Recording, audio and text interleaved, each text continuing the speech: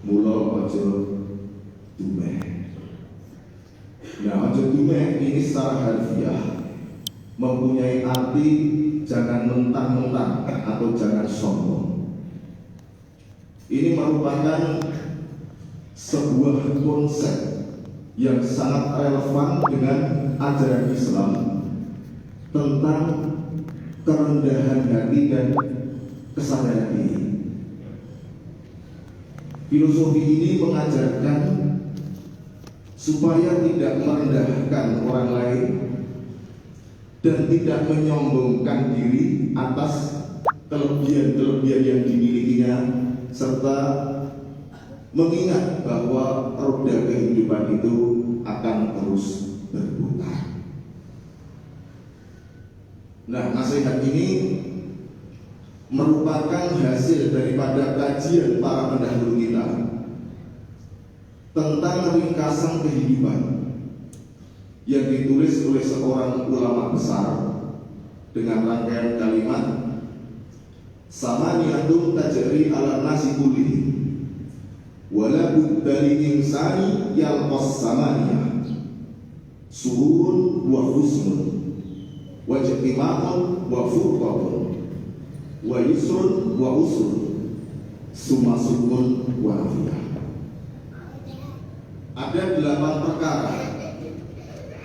Yang 8 perkara itu pasti akan terjadi di dalam setiap kehidupan manusia. Nah, apa 8 perkara itu? Yang pertama dan yang kedua sururun wa husnun, yaitu senang dan sedih. Jadi dalam dinamika kehidupan ini, setiap manusia itu mempunyai kisah yang berbeda-beda, masing-masing mempunyai cerita. Maka baik yang kaya maupun yang miskin, yang pejabat maupun yang pengangguran, semuanya pasti pernah merasakan momen yang menyenangkan, pasti merasakan hatinya senang. Sebaliknya, siapapun orangnya itu pasti juga akan pernah merasakan sedih. Karena ternyata kesedihan itu tidak hanya diakibatkan karena kekurangan atau penderitaan saja. Sekalipun kita menjadi orang yang serba cukup, bahkan kita menjadi orang yang baik pun, masih banyak hal-hal yang bisa menyebabkan kita cemas, kita sedih. Karena itu ada 3 rumusan dalam kehidupan untuk meminimalisir rasa kecemasan atau rasa kesedihan kita ketika kita sudah menjadi orang yang baik, kita sudah melakukan sesuatu yang terbaik. Nah, 3 rumusan itu, yang pertama ridhonas goyatulatutrak, mencari keridhaan manusia itu sesuatu yang tidak mungkin. Membuat semua manusia senang dengan kita itu sesuatu yang mustahil. Terkadang kita sudah melakukan yang terbaik, ada orang yang maitu seperti itu. Dan mungkin kita pernah mendengar sebuah cerita 2 orang laki-laki, bapak dan anak. Bapak dan anak itu sedang naik keledai. Kemudian bertemu seorang itu berkomentar, oh itu orang tidak punya rasa kasihan terhadap binatang. Mosok keledai kecil dinaiki 2 orang. Lalu si bapak itu turun, mengikuti dari belakang, anaknya naik keledai. Masuk ke kampung berikutnya, bertemu orang, komentar lagi, oh itu anak nggak tahu diri. Mosok bapaknya suruh jalan kaki, malah enak-enak nganterin naik keledai. Akhirnya si anak itu turun, gantian bapaknya yang naik. Jalan lagi sampai ke kampung berikutnya, bertemu orang lagi, komentar lagi, oh itu bapak nggak pengertian. Mosok anaknya suruh jalan, bapaknya malah nganterin naik keledai. Akhirnya bapak itu turun, keledainya dituntun bareng-bareng. Bertemu orang lagi, komentar lagi, oh itu orang bodoh, masa punya kendaraan tidak dinaiki. Akhirnya bapak dan anak itu manggul berdaya. Itulah ketika kita mengikuti semua manusia. Maka fahis lima yang ketika kita sudah melakukan sesuatu yang baik menurut kita, menurut agama, dan sesuatu yang bermanfaat, maka biarkan komentar orang atau orang yang baik itu, karena tidak mungkin kita bisa membuat semua orang itu senang dengan kita. Kalau sedikit-sedikit kita rasakan, itu akan membebani pikiran kita, membuat kita cemas. Itu yang pertama, rumusan kehidupan. Kemudian yang kedua, la salamata minanas. Dalam kehidupan ini tidak mungkin kita terhindar dari gangguan manusia. Terkadang kita di dalam rumah saja, tidur di rumah sendiri, kita terganggu dengan suara bisik kendaraan di luar, terganggu suara-suara tetangga kita atau keluarga kita sendiri. Maka berlapanglah dada, mudahlah untuk memberikan maaf kepada orang lain.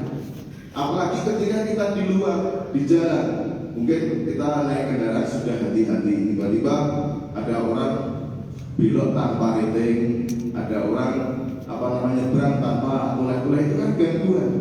Jadi kehidupan ini tidak mungkin kita lepas dari gangguan orang lain. Maka berlapanglah dada untuk mudah memaafkan orang lain.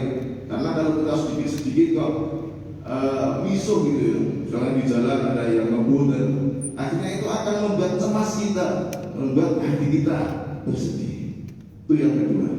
Kemudian yang ketiga, la najata minal maut. Tidak mungkin manusia itu akan terhindar dari kematian. Kematian itu sesuatu yang pasti terjadi, dan kematian itu bukan sesuatu yang kita takuti. Tetapi kematian itu kita harus takut apabila kematian itu datang, tetapi kita belum cukup bekal. Maka jangan kematian itu menjadikan momok bagi kita. Kemudian kita selalu rasa takut kita itu menghantui kita. Apalagi kita di Jogja ini sering dikabarkan akan terjadi gempa yang besar. Kemudian kita rasa cemas, rasa takut, rasa sedih itu menghantui pikiran dan hati kita. Maka tugas kita hanya berupaya untuk mencari selamat, berdoa kepada Allah, lalu tawakal kepada Allah, serahkan. Karena kematian itu kalau sudah saatnya tidak ada satupun yang bisa memundurkannya. Itulah rumusan kehidupan. Kembali lagi pada 8 perkara yang pasti terjadi pada kehidupan manusia. Yang pertama tadi, sururun wa husnun, senang dan sedih. Kemudian yang kedua, yang ketiga dan keempat, wajtimaun wa furqatun, kumpul dan pisah. Jadi kita semua pasti merasakan itu, bertemu, berkumpul, baik dengan pasangan kita, dengan anak kita, keluarga kita, tetangga kita, saudara kita. Kita merasakan kumpul, tapi suatu saat pasti kita akan merasakan pisah. Jadi kumpul dan pisah itu pasti terjadi dalam kehidupan manusia.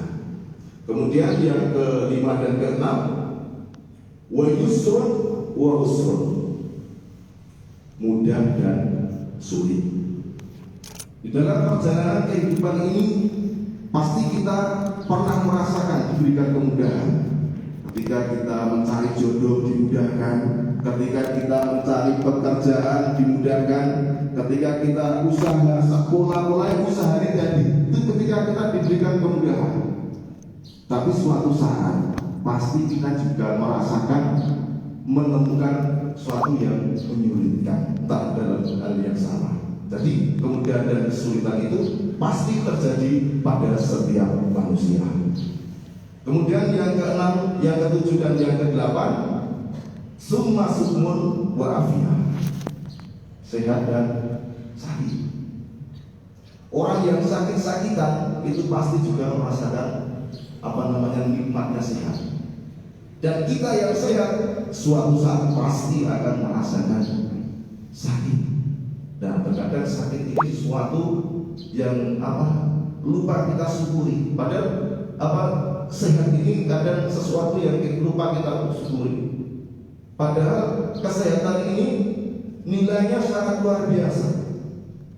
Dan banyak mengatakan nikmat sehat itu akan lebih terasa ketika kita sedang merasakan sakit. Itulah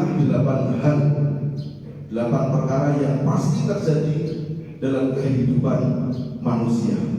Maka ketika kita berada posisi yang diuntungkan, pada posisi yang nyaman, ingat bahwa roda kehidupan itu selalu berputar, mula ojo dunia. Karena perputaran kehidupan itu suatu saat akan menggeser posisi kita yang sekarang. Kemudian makna ojo dunia menurut Islam, yang pertama menghindari kesombongan atau takabur. Sombong itu merupakan sifat yang buruk. Maka ojo dumen ini mengingatkan kita supaya tidak terjerumus pada sifat ini.